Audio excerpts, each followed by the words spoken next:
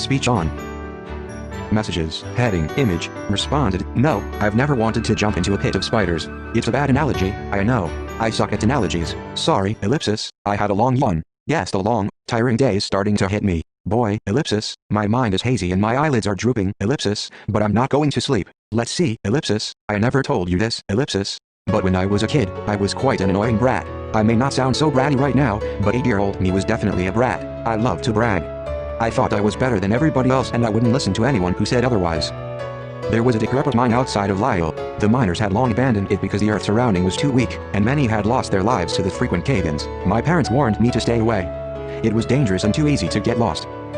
But the mine was rumored to still hold many precious gems and treasures, since it was abandoned before all the treasures were farmed. So one day, I filled a lamp with oil, bought some food rations and went in looking to score it rich. As I explored the musky, damp tunnels, I noticed little vibrations coming up through the floor and tickling my toes. The vibrations became a large rumble and suddenly the ceiling came down behind me, blocking the path I came from. No problem.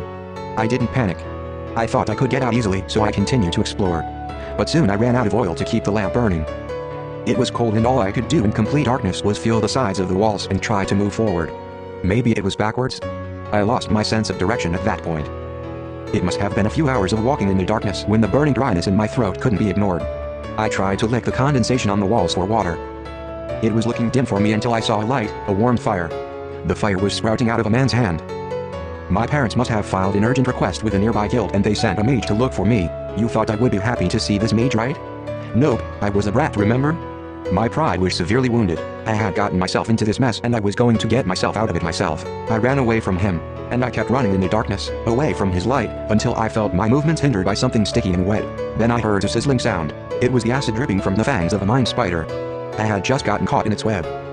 Mine spiders like to spit acid onto their victims until they are partially dissolved before consuming them. I pictured graphically what was going to happen to me. I waited for the spider to roast my flesh with acid and deal my gruesome end. There was no way the mage would have continued looking for me after how I behaved, but I was wrong. Boy, was I glad I was wrong. The mage jumped in between me and the spider. He lit the spider on fire with magic and broke me free from the web. I heard a terrible hissing sound coming from the spider as the mage took my hand in his and we raced out of the cave together.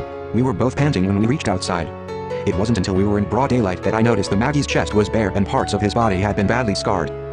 He must have taken off his shirt to prevent further damage from the acid-soaked cloth. My mind was forever scarred too with the image of the damaged skin covering the Maggie's neck and shoulders. He had jumped in between me and the spider to block its acid attack from hitting me. I was silent as he took some ointment from his pouch and applied it to his wounds. I thought he would be angry with me, ellipsis, I mean who wouldn't be after getting hurt from saving some dumb brat, but instead he just smiled and tossed a gold coin at me. He had found it in the mine and told me I was right.